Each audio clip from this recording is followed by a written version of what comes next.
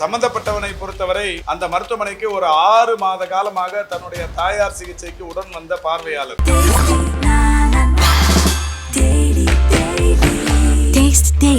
அந்த வகையில் அந்த மருத்துவமனையில் இருக்கிற அனைவருமே அவனுக்கு பழக்கப்பட்டவர்களாக இருந்திருக்கிறார். எனவே காலையில் அவன் மருத்துவமனைக்கு வருகிற போது அவரை யாரும் தடுப்பதோ எங்கே போகிறாய் என்று கேட்பதோ இயலாத நிலை. இவர் ஏற்கனவே அந்த மருத்துவமனையில் பார்வையாளராக இருந்ததால் யாரும் கண்டுகொள்ளவில்லை. அந்த சம்பவத்தில் ஈடுபட்ட விக்னேஷ் என்கின்ற இளைஞரை நேற்றைக்கு மருத்துவமனையில் பணியாற்றி கொண்டிருந்த காவலர்களை பிடித்து காவல்துறையினரிடத்தில் ஒப்படைத்ததை அனைவரும் அறிவீர்கள். 126/2 அத்துமீறி நுழைதல், 115/2 காயத்தை ஏற்படுத்த வேண்டும் என்ற நோக்கத்துடன் செயல்படுதல், 118/1 ஆபத்தான ஆயுதங்களால் காயம் ஏற்படுத்துதல், 121/2 பணியில் இருக்கும் பொது ஊழியருக்கு காயம் ஏற்படுத்துதல், 109 கொலை முயற்சியில் ஈடுபடுதல், 151/3 உயிருக்கு ஆபத்தை விளைவிக்கும் வகையில் காயத்தை ஏற்படுத்தி மிரட்டுதல். பாதிக்கப்பட்ட மருத்துவர் பாலாஜி தீவிர சிகிச்சைக்கு பிறகு தற்போது நலமுடன் உள்ளார். இன்று காலை நான் அவரை நேரில் சந்தித்து நலம் விசாரித்தேன். நேற்றிலிருந்து ஒரு 4-5 முறை சந்தித்திருக்கிறோம் என்றாலும் இன்று காலை எழுந்து உட்கார்ந்து எங்களுடன் சரளமாக பேசிக் கொண்டிருந்தார். மருத்துவர் பாலாஜியை பொறுத்தவரை அவருக்கு அளிக்கப்படும் சிகிச்சைகள் குறித்து அவரும் மிக நன்றாகவே அறிவார். அவருடைய மகளும் ஒரு மருத்துவர், அவரும் உடனிருந்து அதை கண்காணித்து வருகிறார். மருத்துவர் பாலாஜியின் மனைவி மற்றும் தாயார் நேற்று காலையில் இருந்தே மருத்துவமனையில் இருந்து அவரை கண்காணித்து வருகிறார்கள். அவருக்கு ஏற்கனவே பேஸ் மேக்கர் பொருத்தப்பட்டிருக்கிற காரணத்தினால் இந்த பேஸ் மேக்கர் கம்பெனி நேற்றைக்கு அதனுடைய ஃபங்க்ஷனை ஆய்வு செய்து மிக சிறப்பாக இருக்கிறது என்று சொல்லிவிட்டு சென்றிருக்கிறார்கள். இன்று மீண்டும் ஒரு முறை அந்த ஃபங்க்ஷனிங் சிஸ்டத்தை மறு ஆய்வு செய்வதற்கு அந்த கம்பெனி வரவழைக்கப்பட்டிருக்கிறது. அவர்களும் அவருக்கு பொருத்தப்பட்டிருக்கிற பேஸ் மேக்கர் குறித்து ஆய்வுகள் மேற்கொள்ளவிருக்கிறார்கள். அதை தொடர்ந்து இன்று மதியத்திற்கு பிறகு தீவிர சிகிச்சை பிரிவில் இருக்கிற மருத்துவர் பாலாஜி தனி அறைக்கு மாற்றப்படவிருக்கிறார். அங்கே இருக்கிற பேவார்ட்ஸ் என்று சொல்லக்கூடிய கட்டண படுக்கை தொகுதிகள் ஏற்கனவே திறந்து வைக்கப்பட்டிருக்கிறது. தீவிர சிகிச்சை பிரிவுக்குரிய அனைத்து வசதிகளுடனும் கூடிய தனி அறைகள் அந்த மருத்துவமனையில் இருக்கிறது. அந்த தனி அறைக்கு மாற்றப்படவிருக்கிறார். இது அவருடைய வேண்டுகோளும் கூட. என்னை மாற்றுங்கள் என்று கேட்டுக்கொண்டதற்கு ஏற்ப மதியத்திற்கு பிறகு ஒரு குறிப்பிட்ட பரிசோதனைகளுக்கு பிறகு அவர் தனி அறைக்கு மாற்றப்படவிருக்கிறார். அந்த சம்பவத்தில் ஈடுபட்ட விக்னேஷ் என்கின்ற இளைஞரை நேற்றைக்கு மருத்துவமனையில் பணியாற்றி கொண்டிருந்த காவலர்களை பிடித்து காவல்துறையினரிடத்தில் ஒப்படைத்ததை அனைவரும் அறிவீர்கள். அவரின் மீது காவல்துறை கடுமையான சட்ட பிரிவுகளின் கீழ் வழக்கு தொடுத்திருக்கிறது. ஒரு 7 பிரிவுகளின் கீழ் அவர் மீது வழக்கு தொடுக்கப்பட்டிருக்கிறது. 126/2 அத்துமீறி நுழைதல், 115/2 காயத்தை ஏற்படுத்த வேண்டும் என்ற நோக்கத்துடன் செயல்படுதல், 118/1 ஆபத்தான ஆயுதங்களால் காயம் ஏற்படுத்துதல், 121/2 பணியில் இருக்கும் பொது ஊழியருக்கு காயம் ஏற்படுத்துதல், 109 கொலை முயற்சியில் ஈடுபடுதல், 151/3 உயிருக்கு ஆபத்தை விளைவிக்கும் வகையில் காயத்தை ஏற்படுத்தி மிரட்டுதல் மற்றும் 2008ஆம் ஆண்டு தமிழ்நாடு மருத்துவ சேவையில் ஈடுபட்டுள்ள நபர்கள் மற்றும் மருத்துவ சேவையில் ஈடுபட்டுள்ள நிறுவனங்கள் வன்முறையையும் சொத்து சேதத்தினையும் அல்லது இழப்பினையும் ஏற்படுத்துவதை தடுக்கின்ற வகையில் தமிழ்நாடு அரசால் இயற்றப்பட்ட சட்டம் 48/2008 அதன் கீழும் அவர் மீது வழக்கு தொடுக்கப்பட்டிருக்கிறது. ஆக மிக முக்கியமான பொருத்தமான பிரிவுகளின் கீழ் அவர் மீது வழக்கு தொடுக்கப்பட்டு அவர் புழல் சிறையில் அடைக்கப்பட்டிருக்கிறார். 15 நாட்கள் மாண்பமை நீதிமன்றம் அவருக்கு கடுங்காவல் தண்டனை தந்திருக்கிறார்கள். அவர் புழல் சிறையில் அடைக்கப்பட்டிருக்கிறார். இந்த நிலையில் மக்கள் நல்வாழ்வுத்துறையின் சார்பில் மாண்புமிகு தமிழ்நாட்டின் முதலமைச்சர் அவருடைய அறிவுறுத்தலோடு ஏற்கனவே மேற்கு வங்கம் போன்ற மாநிலங்களில் நடைபெற்ற சம்பவங்களை ஒட்டி தமிழ்நாட்டின் மருத்துவ கட்டமைப்புக்கு என்னவெல்லாம் புதிய சீர்திருத்தங்களை செய்திட வேண்டும் என்று மாண்புமிகு முதல்வர் அவருடைய வலியுறுத்தலுக்கு ஏற்ப தலைமைச் செயலாளர் கடந்த ஆகஸ்ட் திங்கள் 19ஆம் தேதி ஒரு உயர் அலுவலர்களுடனான கூட்டம் ஒன்றை நடத்தி மருத்துவமனைகளின் பாதுகாப்பு ஏற்பாடுகள் குறித்து பல்வேறு முடிவுகளை எடுத்தார்கள். எடுக்கப்பட்ட முடிவுகளை எல்லாம் செயல்படுத்துவதற்கு DME, DMS, DPH போன்ற அலுவலர்களுக்கு தகுந்த உத்தரவுகளும் பிறப்பிக்கப்பட்டிருக்கிறது. அதன் அடிப்படையில் பிறப்பிக்கப்பட்ட 1-2 உத்தரவுகளை உங்கள் முன்னால் சொல்லுகிறேன். அனைத்து அரசு மருத்துவக் கல்லூரி மருத்துவமனை மற்றும் இதர அரசு மருத்துவமனைகளில் காவல் மற்றும் சுகாதார சுகாதாரத்துறை இணைந்து பாதுகாப்பு குறித்து கூட்டு தணிக்கை நடத்தப்பட வேண்டும் என்று சொல்லப்பட்டிருக்கிறது. மருத்துவமனைகளில் நிறுவப்பட்டுள்ள அனைத்து CCTV கேமராக்களும் செயல்படுவதை உறுதி செய்ய வேண்டும் என்றும் அதனுடைய காட்சிகள் தொடர்ந்து கண்காணிக்கப்பட வேண்டும் என்றும் அறிவுறுத்தப்பட்டிருக்கிறது. மருத்துவமனைகளில் தேவையான வெளிச்சம் மற்றும் விளக்குகள் உள்ளனவா என்பதை உறுதி செய்திட வேண்டும் என்றும் அறிவுறுத்தப்பட்டிருக்கிறது. அரசு மருத்துவமனைகளில் ஒப்பந்த முறையில் பணிபுரியும் பணியாளர்களின் வருகை பதிவேடு பயோமெட்ரிக் சிஸ்டத்தின் மூலம் பராமரிக்கப்பட வேண்டும் என்றும் அறிவுறுத்தப்பட்டிருக்கிறது. அரசு மருத்துவக் கல்லூரி மருத்துவமனைகளில் புறக்காவல் நிலையம் மற்றும் காவல் ரோந்து பணிகள் முறையாக அமைக்கப்பட வேண்டும் என்றும் சொல்லப்பட்டிருக்கிறது. அனைத்து மருத்துவர்கள் மற்றும் மருத்துவ பணி சார்ந்த பணியாளர்கள் காவல் உதவி என்கிற செயலியை அவர்கள் கைபேசிகளில் பதிவிறக்கம் செய்து கொள்ள வேண்டும் என்றும் சொல்லப்பட்டிருக்கிறது. அதன் அடிப்படையில் இன்றைக்கு பல்வேறு மாற்றங்கள் படிப்படியாக மேற்கொள்ளப்பட்டு வருகிறது. குறிப்பாக மருத்துவமனைகளுக்கு வருகிற நோயாளர்களுடன் வருகிற பார்வையாளர்களுக்கு அடையாள அட்டைகள் தரும் பணியை செய்வோம் என்கின்ற வகையில் அன்றைக்கு உறுதி மேற்கொள்ளப்பட்டது. அந்த வகையில் பரீட்சார்த்த ரீதியாக கடந்த அக்டோபர் திங்கள் 8ஆம் தேதி மாண்புமிகு முதல்வர் அவர்களுடைய வழிகாட்டுதலின்படி என்னால் ராஜீவ்காந்தி அரசு மருத்துவமனையில் ஒரு 4 நிறங்களை கொண்ட கையில் கட்டிக்கொள்ளுகிற ஒரு டேக் அறிமுகப்படுத்தப்பட்டு இது நடைமுறையில் இருக்கிறது. பச்சை நிறத்திலான இந்த டேக் சர்ஜிக்கல் சூப்பர் ஸ்பெஷாலிட்டி மருத்துவ சேவை பெறுபவர்களுக்கு அவர்களுடன் வருகிற பார்வையாளர்களுக்கு கட்டப்படுகிற டேக் ஆகும். இந்த சிகப்பு நிறத்திலான இந்த டேகை பொறுத்தவரை தீவிர சிகிச்சை பிரிவில் அனுமதிக்கப்பட்டிருக்கிற நோயாளர்களுடன் வருகிறவர்களுக்கு கட்டப்படுகிற டேக் ஆகும். இந்த மஞ்சள் நிறத்திலான இந்த டேகை பொறுத்தவரை சூப்பர் ஸ்பெஷாலிட்டி என்கின்ற வகையில் அந்த நோயாளர்களுடன் வருகிற பார்வையாளர்களுக்கு கட்டப்படுகிற டேக் ஆகும். இந்த நீல நிறத்தை பொறுத்தவரை ஜெனரல் அதாவது பொது மருத்துவத்திற்கு வருகிற நோயாளர்களுடன் வரும் பார்வையாளர்களுக்கு கட்டப்படுகிற டேக் ஆகும். இது மாண்புமிகு தமிழ்நாட்டின் முதலமைச்சருடைய வழிகாட்டுதலோடு கடந்த அக்டோபரில் தொடங்கி தினந்தோறும் ஒரு 6-7 பேருக்கு இந்த குறிப்பிட்ட இந்த பிரிவுகளில் வருகிற நோயாளர்களுக்கு இந்த டேக் கட்டும் பணி அங்கே நடைபெற்று கொண்டிருக்கிறது. ஓபி என்று சொல்லக்கூடிய அந்த பதிவுக்கு வருகிற போதே ஒரு நோயாளிக்கு 2 பேருக்கு இந்த டேக் தரும் சிஸ்டத்தை அன்றைக்கு தொடங்கி வைத்திருக்கிறோம். அது நடைமுறையில் இருக்கிறது. பரீட்சார்த்த ரீதியாக ராஜீவ்காந்தி அரசு மருத்துவமனையில் தொடங்கப்பட்ட இது இப்பொழுது இங்கே டிஎம்இ இருக்கிறார், டிஎம்எஸ் இருக்கிறார். இவர்கள் எல்லோருமே படிப்படியாக தமிழ்நாட்டில் இருக்கிற 36 மருத்துவக் கல்லூரி மருத்துவமனைகளிலும் அதேபோல் மாவட்ட அரசு மருத்துவமனைகள் என்று ஒரு 37 மாவட்ட அரசு தலைமை மருத்துவமனைகளிலும் வட்டார மருத்துவமனைகள் அரசு மருத்துவமனைகள் 320லும் இந்த டேக் கட்டும் சிஸ்டத்தை படிப்படியாக நோயாளர்களின் பார்வையாளர்களை படிப்படியாக கட்டுப்படுத்தும் அந்த ஒரு விதமாக இதை செயல்படுத்தவிருக்கிறார்கள். இது குறித்து அவர்கள் ஏற்கனவே சம்பந்தப்பட்ட ஜேடி டிடி போன்ற அலுவலர்களுடன்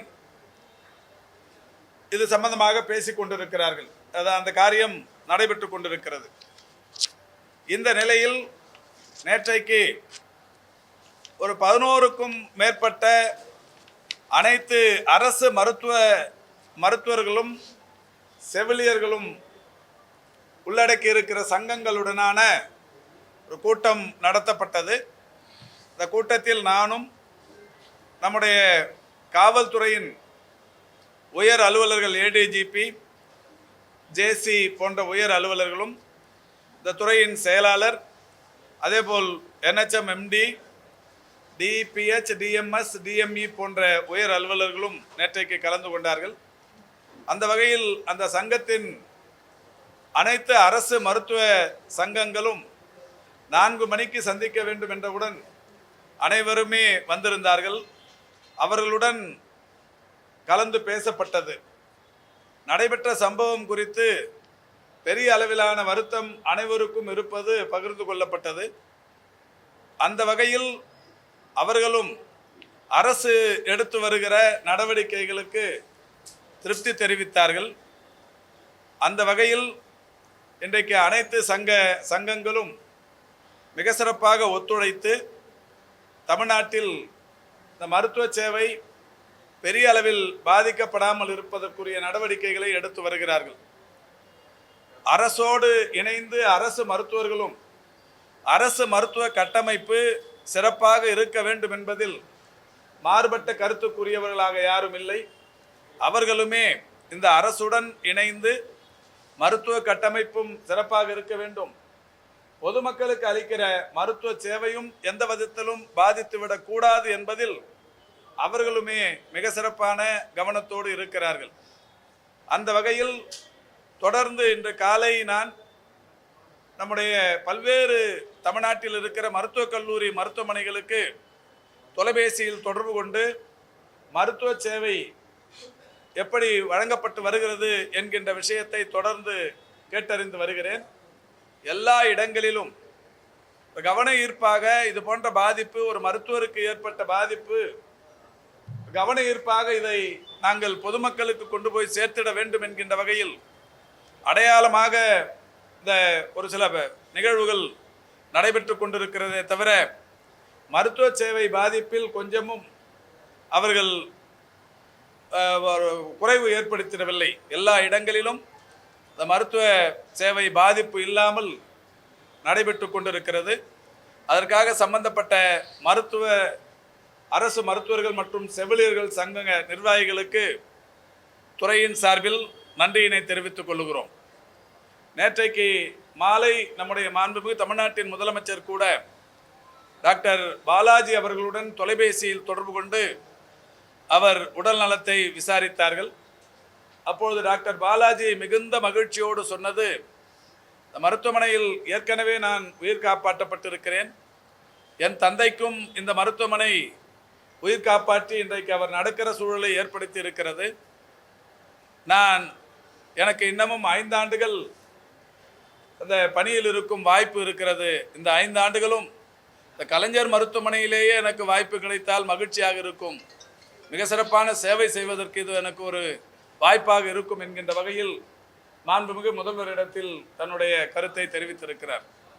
அந்த வகையில் மருத்துவர் பாலாஜி அவர்களும் நலமுடன் இருக்கிறார்கள். சம்பந்தப்பட்ட இந்த பாதிப்பை ஏற்படுத்திய நபரும் தீவிரமாக தண்டிப்பதற்குரிய நடவடிக்கைகளை காவல்துறை செய்து கொண்டிருக்கிறது. மருத்துவர்கள் பிரஷர் இருக்கும், அவங்க இந்த மாதிரி பல்வேறு பேஷண்ட்கள் பேசியிருப்பாங்க. இவங்களுக்கு இவரு உச்சுடான டாக்டர், எக்ஸ்பீரியன்ஸான டாக்டர்னா பரவாயில்ல, மறுபடியுமே பல டாக்டர் அன்னைக்கு போராட்டத்தப்ப பார்க்கும்போது ஒருத்தர் என்ன கேட்கறாருன்னா, எங்க சேஃப்டிக்காக லைசன்ஸ் கன் கூட வேணும், அந்த மாதிரி எல்லாம் பேச ஆரம்பிச்சிருக்காங்க. அப்போ இப்போ இந்த மருத்துவர்களுக்கான வேற அவங்களுக்கு மன அழுத்தத்துக்கு போகிற மாதிரி ஏதாவது நடவடிக்கை எடுக்கும். அதாவது நேற்றைக்கு நிகழ்வை பொறுத்தவரை நான் தொடர்ந்து ஒரு 7-8 முறை இதை சொல்லிவிட்டேன். மீண்டும் மீண்டும் அதே பதிவு செய்து கொண்டிருந்தால் நன்றாக இருக்காது என்பதும் என்னுடைய கருத்து. அந்த சம்பந்தப்பட்டவனை பொறுத்தவரை அந்த மருத்துவமனைக்கு ஒரு 6 மாத காலமாக தன்னுடைய தாயார் சிகிச்சைக்கு உடன் வந்த பார்வையாளர். அந்த வகையில் அந்த மருத்துவமனையில் இருக்கிற அனைவருமே அவனுக்கு பழக்கப்பட்டவர்களாக இருந்திருக்கிறார். எனவே காலையில் அவன் மருத்துவமனைக்கு வருகிற போது அவரை யாரும் தடுப்பதோ எங்கே போகிறாய் என்று கேட்பதோ இயலாத நிலை. இவர் ஏற்கனவே அந்த மருத்துவமனையில் பார்வையாளராக இருந்ததால் யாரும் கண்டுகொள்ளவில்லை. அதனால் இந்த அசம்பாவிதம் ஏற்பட்டிருக்கிறது. இதுவும் கூட தவிர்க்கப்பட வேண்டிய ஒன்று. இது நடந்துவிட்டது. இனிமேல் இது மாதிரி நடக்காமல் இருப்பதற்கு அனைத்து அந்த மாவட்ட தலைமை மருத்துவர்களுக்கும் அனைவருக்குமே அறிவுறுத்தல்கள் விடுக்கப்பட்டிருக்கிறது. நானும் கூட இங்கு இன்னும் ஒரு மணி நேரம் இங்கு இருந்து விட்டு 36 மருத்துவக் கல்லூரி மருத்துவமனைகளையும் ஆய்வு செய்து இதற்கு பிறகு டிபிஹெச்சில் அந்த மாவட்ட அளவிலான டிடிஸ் என்று சொல்லக்கூடிய அலுவலர்களுடன் ஒரு கூட்டம் நடைபெற்று கொண்டிருக்கிறது. அந்த கூட்டத்தில் பங்கேற்று அவர்களுடனும் பேசவிருக்கிறேன். இப்படி தொடர்ச்சியாக நம்முடைய மருத்துவர்களின் பாதுகாப்பு என்பது 100% உறுதிப்படுத்துவதற்குரிய நடவடிக்கைகள் ஏற்கனவே மேற்கொள்ளப்பட்டிருக்கிறது. நேற்றைக்கு அந்த கூட்டத்தில் மருத்துவர்களின் கோரிக்கைகளில் ஒன்றாக கூட இந்த மெட்டல் டிடெக்டர், இந்த பேக் ஸ்கேனர் போன்ற கருவிகள் இருந்தால் நன்றாக இருக்கும் என்று சொல்லப்பட்டது. மாண்புமிகு தமிழ்நாட்டின் முதலமைச்சருடைய வழிகாட்டுதலோடு 1-2 இடங்களில் ஒரு பைலட் பேசிக்கில் இது சாத்தியம், அதனுடைய சாத்தியக்கூறுகள் குறித்து ஆராய்வதற்கு ஒரு 1-2 இடங்களில் வைப்பதற்கு இன்றைக்கு முடிவெடுக்கப்பட்டிருக்கிறது. எந்த மருத்துவமனையில் எப்பொழுது நிறுவப்படும் என்பது மிக விரைவில் அறிவிக்கப்படும். அது என்னன்னா, ஒவ்வொரு மருத்துவமனையிலும் வருகிற அந்த நோயாளர்களின் எண்ணிக்கை அபரிதமாக வளர்ந்து கொண்டிருக்கிறது. அரசு மருத்துவ சேவையை பொதுமக்கள் அதிகம் நாடத் தொடங்கி இருக்கிறார்கள். நான் நேற்றைக்கு கூட சொன்னேன், ராஜீவ்காந்தி அரசு மருத்துவமனையில் 2021 மேவுக்கு முன்னால் 6000 பேர் 6500 பேர் வந்தது. இன்றைக்கு 12,000த்திற்கும் மேற்பட்டவர்கள் தினந்தோறும் வருகிறார். நேற்றைக்கு முன்தினம் நான் கோவைக்கு சென்றிருந்தேன். அங்கே கேட்டபோது 2021 மேவுக்கு முன்னால் 3000 பேர் வந்து கொண்டிருந்தவர்கள் இன்றைக்கு 4500 பேர் வருகிறார்.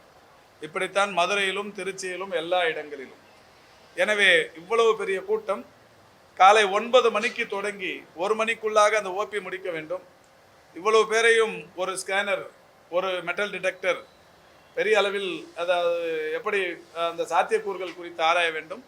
இது எங்கேயாவது 1-2 இடங்களில் முதலில் வைத்து அதை பரீட்சார்த்த ரீதியாக அதில் கிடைக்கிற நன்மைகளை ஒட்டி மற்ற இடங்களுக்கு விரிவுபடுத்துவதற்குரிய நடவடிக்கைகள் மேற்கொள்ளப்படும். நீங்கள்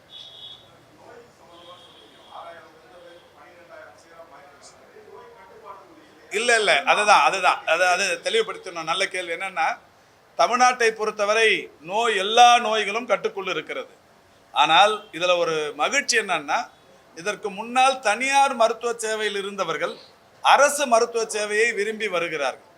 இப்போ அரசு மருத்துவமனைகளுக்கு இந்த எண்ணிக்கை கூடியிருப்பதற்கு காரணம் அரசு மருத்துவமனைகளின் மேல் நம்பிக்கை கூடியிருக்கிறது, கட்டமைப்பு பெருகி இருக்கிறது, மருத்துவர்களின் சேவை அதிகரித்திருக்கிறது. அதனால் இப்போ அந்த எண்ணிக்கை கூடியிருக்கிறது. இதையும் தாண்டி ராஜீவ்காந்தி அரசு மருத்துவமனையில் மட்டுமே கட்டண படுக்கை தொகுதிகள், பே வார்ட்ஸ் இருந்தது. இப்போ ஒரு 15க்கும் மேற்பட்ட இடங்களில் நடுத்தர வர்க்கத்தினரும் ஓரளவுக்கு உயர் வருவாய் பிரிவினரும் கூட அந்த வசதியை, அரசு மருத்துவ சேவையை பயன்படுத்தி கொள்வதற்குரிய வசதியாக தனித்தனி அறைகள், படுக்கை, அந்த ஒரு பே வார்ட்ஸ் என்று சொல்லக்கூடிய கட்டண படுக்கை தொகுதிகள் எல்லா மருத்துவமனைகளிலும் தொடங்கி வைத்து வந்து கொண்டிருக்கிறோம். வருகிற 17ஆம் தேதி நான் நெல்லையில் இருக்கிற மருத்துவக் கல்லூரி மருத்துவமனைக்கு சென்று தொடங்கி வைக்கவிருக்கிறேன். ஏற்கனவே சேலத்தில் தொடங்கி வைத்திருக்கிறேன், கோவையில் தொடங்கி வைத்தேன், மதுரையில் தொடங்கி வைத்தேன். இப்படி பல ஊர்களில் தொடங்கி வைக்கப்பட்டு வருகிறது. இதெல்லாம் ஒரு காரணம்.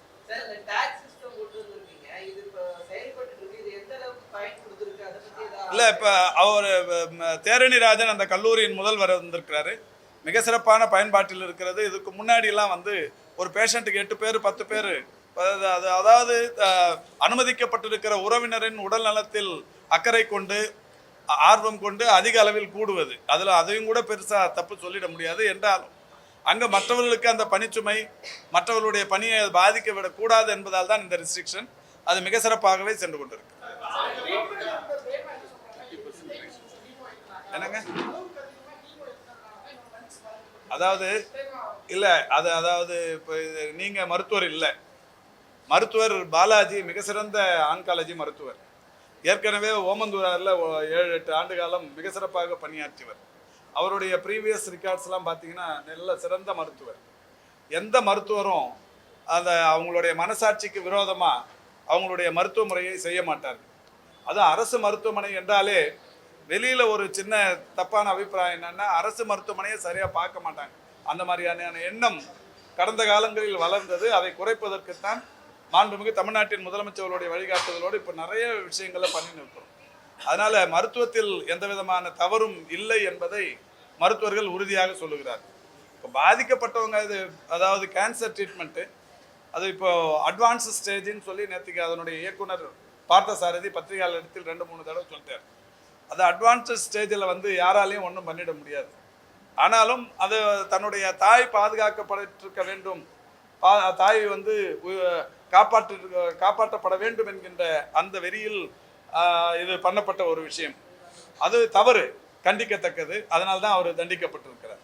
ஆனால் அதில் மருத்துவத்தில் குறை என்பது அது முற்றிய கேன்சருக்கு போய் இதை வந்து யார் நினைச்சாலும் ஒன்றும் பண்ணிட முடியாது. இதை வந்து நம்ம டைல்யூட் பண்ணிட வேணாம்.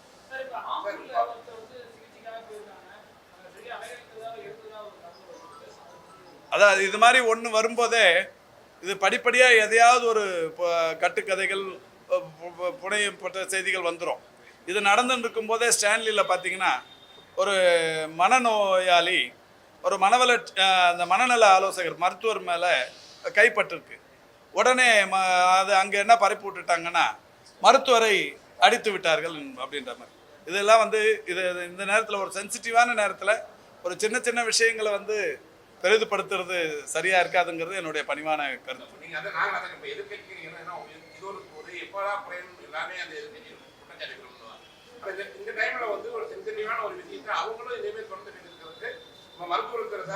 இல்லை, இப்போ நான் அவங்களுக்கு பதில் சொல்ற நேரம் இது இல்லை.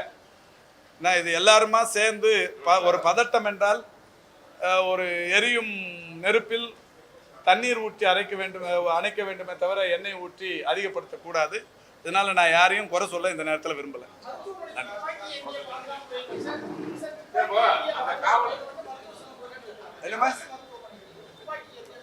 அதான் இப்போ அதெல்லாம் நேற்று பேசியிருக்கு, அந்த சங்கங்கள் பேசியிருக்காங்க, ஏடிஜிபி அது பதிலும் சொல்லியிருக்கு. இல்லை